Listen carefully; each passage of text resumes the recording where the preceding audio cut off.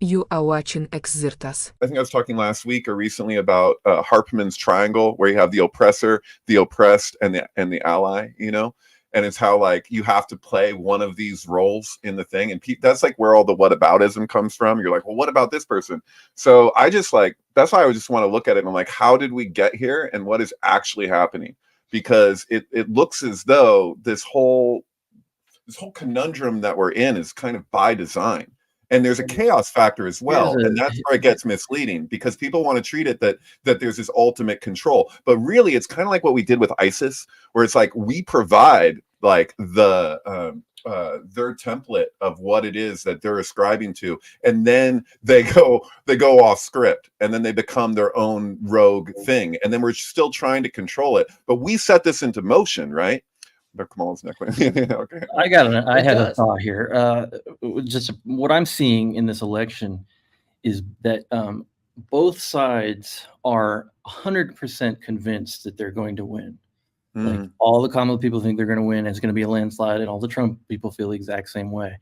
And I really honestly don't know what's going to happen. I feel like Trump probably will win, and that's the whole thing. But it's like a recipe for bifurcating reality.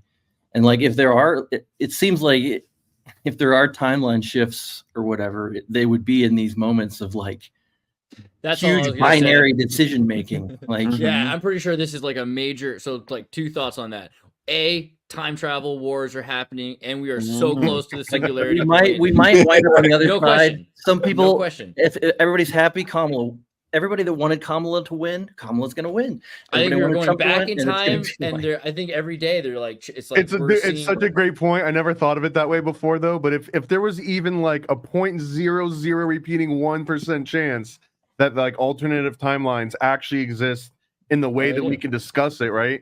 That it would be centered around like these huge monumental events, and that this would be close to one of those monumental events. So if anything is related to time travel, I Hey, guess this election isn't would that be it. similar to what Philip K. Dick argued about the Vallis loop? That when in regards to like Watergate and how it's kind of like this crack in the thing where we're existing in this paradigm, and then that's what George Washington meant when the aliens contacted him, and they said you were going to win some major battles and you were going to have the opportunity for the American Promethean experiment, and that's what E pluribus unum means, right? That's what we're talking about. We're talking about multiple timelines. Did you just say George Washington was talking to aliens? Is that for sure? Well, but I don't believe that they're actually aliens. I think they're just he was in cold, and that cult was into aliens, man. I think that most of this idea of aliens are just us in 20 years. So maybe like less than 20 years. We get to that singularity point. Went back in time and created the United States in a world where the United States didn't exist.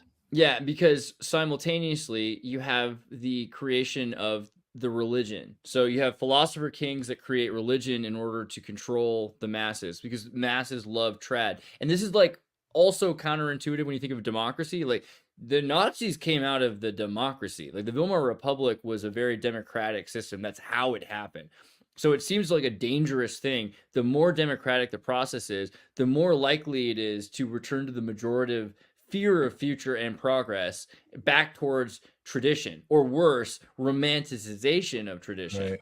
But isn't this kind of the idea of like mystical Christianity, is that Christ consciousness is like outside of time, that time isn't linear, like we relate to it, but really like that's why one could make the argument, what is salvation in that sense? It would be to because you're like, look, all these things haven't happened. Like the actual prophecy of the Mashiach is that you would see all debt is forgiven, all slaves are released. Like we're beyond that. So the Christian perspective is that ultimately, in terms of consciousness, we're all like here already on some level. You just have to realize it, right? And that's why they're like they want to spread it. But that gets kind of twisted when you look at missionary stuff and all, like where people go with that. But just like in its essence, like that idea actually kind of holds that if one individual was to transcend the matrix, as it were, then they're proving that we all exist beyond that, whether we know it or not. So the good news would be the revelation that you are beyond that. Am I oversimplifying maybe? But no, I mean it seems like the inevitable. So because that's why I think it's so close also, because the singularity is associated with technological advancement, and we're getting to a point where the telescopic nature of advancement of technology, or just even of techno of craft, is so fast, so exponential that we're going to hit this point also where we create maybe like 0G when we hit 0G, that's when I think time itself will become we could redefine what we mean by the fourth dimension. We can create new versions of this moment, and that makes the time that's happened before, that moment would be not inside of time. Time would be inside of that moment, right? Here's the thing, right? When you focus, you lose lucidity. So like if you were, I've been discussing this recently with somebody. So like if you are having like a lucid dream, for example, and you focus on one thing, you can go back into the unconsciousness of the dream. Like you don't like the real objectivity, not like as a like mental position necessarily, but just as like an insight perceptual experience. Like that has everything to do with time, right? Like you get locked in time by your fixation on one thing. So we see that with all kinds of stuff. We see that with race. Like, you know, if you look at like what Morgan Freeman had to say about race when he's like, I don't want a month, and his explanation as to why is like, you are you, I am me. Can we just exist? Like, just come on, like what is it? Because there's something to that, because he's acknowledging that when you fixate on something and you focus on something, that's where neuroticism comes from. Like and we treat it that like a lot of neurotic behavior is super freaking normalized. What is up with what like was fringe becoming mainstream, and in it becoming mainstream, people lose touch with whatever the direct insight was in the first place? So in other words, like we go through some traumatic, horrific event, say it was World War II, say it was Vietnam, say it wasn't even war, say it was some, you know, even in your personal life, and you have an insight from that, and you're like, oh, I have perspective, and there's humility in that perspective. But then when you completely fixate on it, you lose touch with it. It's like a spiritual teacher who becomes like a cult leader. It's when they kind of imbue this spiritual experience they had of their enlightenment, but the more that they fixate on this thing that happened to them in the past, now in the present, they've now lost touch with whatever it was that they really apparently learned, you know, supposedly learned.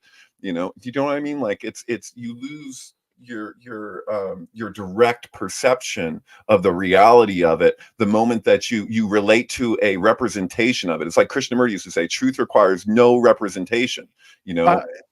We talk about that cycle too, about like weak men make hard times and hard men make like that whole aspect, but I also feel that there's a designed aspect to that, the same way that Common Core exists to make it so that your parents can't help you with your homework, right? Because you got to do the math different than they had to do it. And this, it might sound silly, but the same way that a kid runs home because someone called him fat and misgendered him, and he's like, Grandpa, you can't relate to the trauma that I'm going through. And the grandpa's like, I had bullets flying at me in the war. But it's true. Like they're being attacked on completely different types of trauma, and it doesn't necessarily invalidate one or the other. It just makes that's the Common Core. That's the version of like, you can't have your trauma relate to your parents' trauma because it's always changing generationally. If there was like a consistent now it's just you and the that everyone state. through, then you could actually build like up a resistance and like a network for it. But as it constantly changes, then you can't do that. It takes the relationship from the individual, the parent, to the individual, to the state, and the parent to the state, instead of right. Well, there's also what is a genuine physical threat versus what is a psychological threat. Yeah. So your ego is challenged, and you treat that as though your body was attacked. That's why people are like, words are violence or whatever. But are they?